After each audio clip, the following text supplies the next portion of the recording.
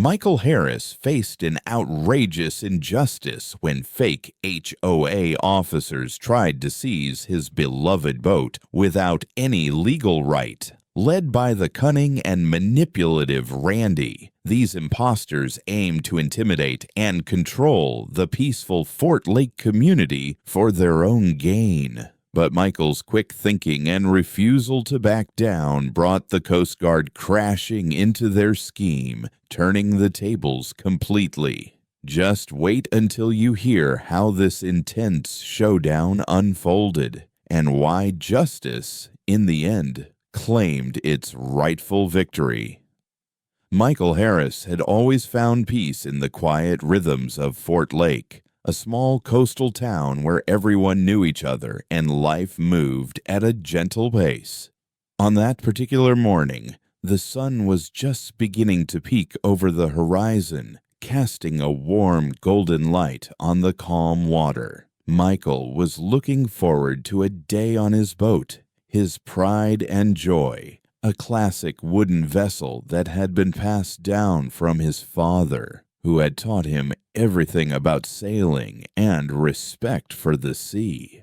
As Michael walked down the weathered wooden dock, his mind wandered to the memories tied to that boat.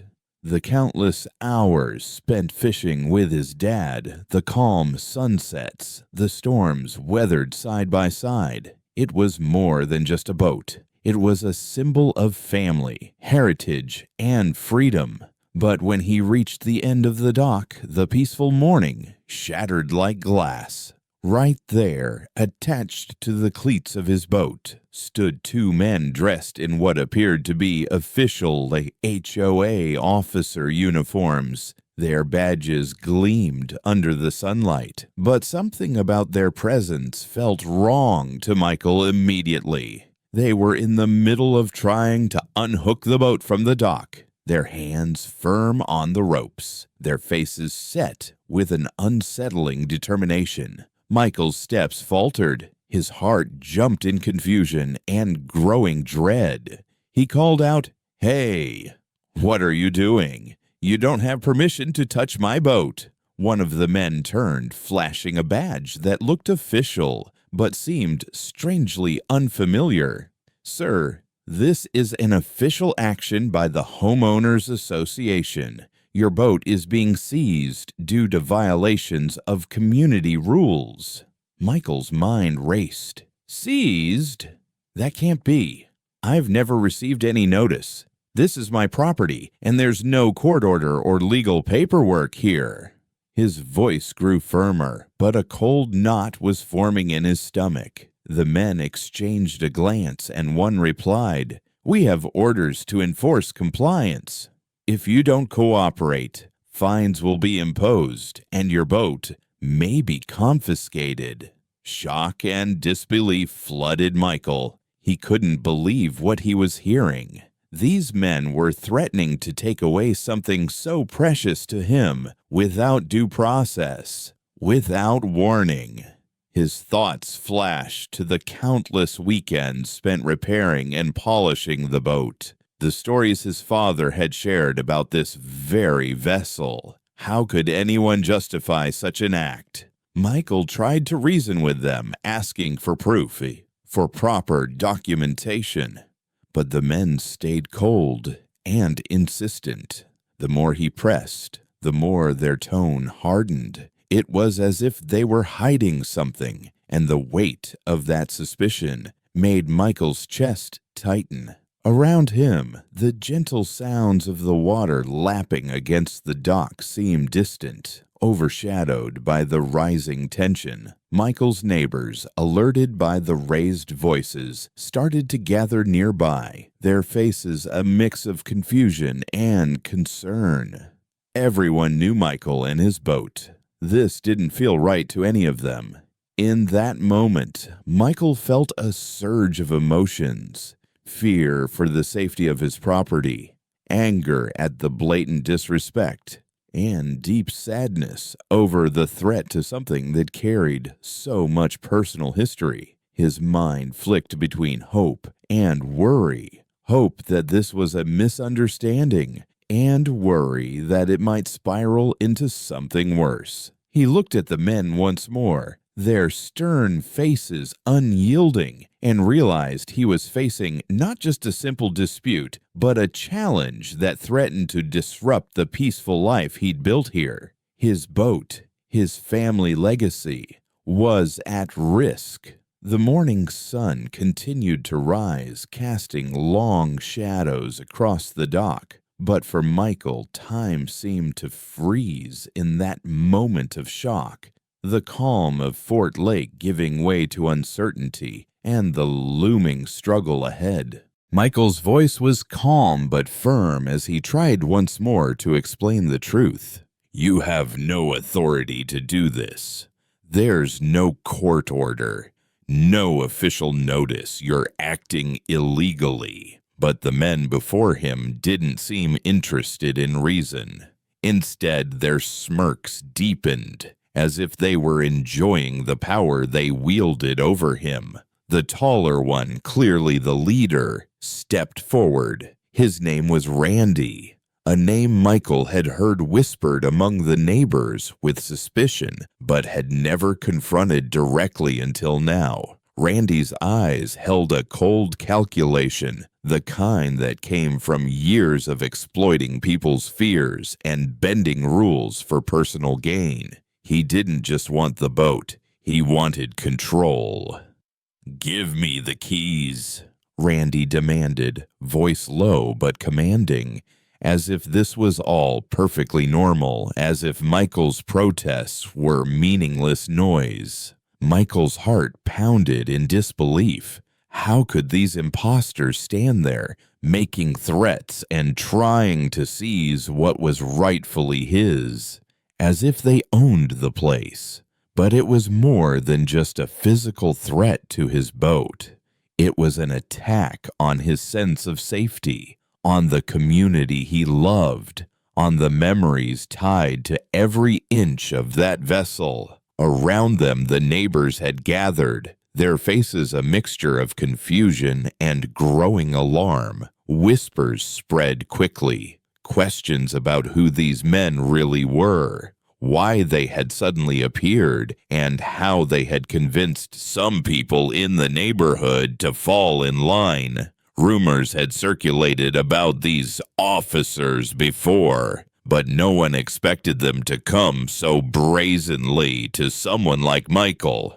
It became clear that these men thrived on intimidation. They manipulated the community by playing on insecurities and fears, twisting HOA rules into weapons to maintain control and extract money. Randy, in particular, was known for his shadowy reputation, stories of scams, threats, and underhanded deals that left families divided and angry. Michael felt a surge of hatred burning inside him. This wasn't just about a boat anymore. It was about protecting his home, his peace, and the dignity of everyone in Fort Lake. These men were tearing at the fabric of trust that held the neighborhood together, using false authority to silence anyone who dared question them. He thought about his father's lessons, standing up for what's right, never backing down in the face of injustice. And he realized that Randy and his crew were exactly the kind of people his father warned him about. Predators disguised as officials who preyed on good people to line their own pockets. Michael's mind raced, fueled by a powerful mix of anger and resolve. He would not let them bully him or his neighbors. This was his community, and he would fight to defend it. But the challenge ahead was clear. These men weren't just going to walk away quietly. They had invested in their scheme, counting on fear and confusion to win the day. Michael knew it would take more than words. It would take courage, persistence, and the support of everyone who believed in fairness and truth. As Randy continued to demand the keys, his smirk never fading, Michael's hatred hardened into determination. He wouldn't let these fake officers destroy what was sacred to him. Not his boat, not his legacy, not his home. The dock, once a place of calm and fond memories, now felt charged with tension. But Michael was ready. He looked around at the gathering crowd, catching the worried eyes of his neighbors, and silently vowed to stand strong, not just for himself, but for all of them. This fight was bigger than any boat. It was about justice, trust, and the right to live without fear of those who would abuse power. And Michael Harris was ready to face it head on. Michael's blood boiled as he listened to the empty threats from Randy and his crew. The fake officer stood there, confidently insisting they would have his boat removed within 24 hours if he didn't hand over the keys. The sheer audacity of their claims ignited a fierce fire inside him. This was not just an attack on his property, but a challenge to his very sense of justice. He refused to back down. Without hesitation, Michael pulled out his phone and dialed the Coast Guard and local police. His voice was steady but urgent as he explained the situation, that imposters were impersonating HOA officers, threatening to seize private property illegally, and disrupting the peace of his community. Every word was fueled by his growing anger and determination to protect what was his. As he waited for help to arrive, the tension around the dock thickened. Randy and his men continued to bully, trying to intimidate Michael and the neighbors who had now gathered, watching the confrontation unfold with mounting concern. But the more they threatened, the more Michael's resolve hardened. He made it clear he was ready to take legal action, and that he wouldn't allow these frauds to turn the neighborhood into their personal playground. The neighbors' support was a powerful force. Many came forward, voicing their disapproval of Randy's tactics and sharing their own suspicions about the fake officers. It was becoming impossible for the scammers to maintain their facade amid growing community resistance. Michael could feel the tide shifting. The power these imposters thought they held was slipping away. This wasn't just a battle for a boat anymore. It was a fight for the soul of Fort Lake.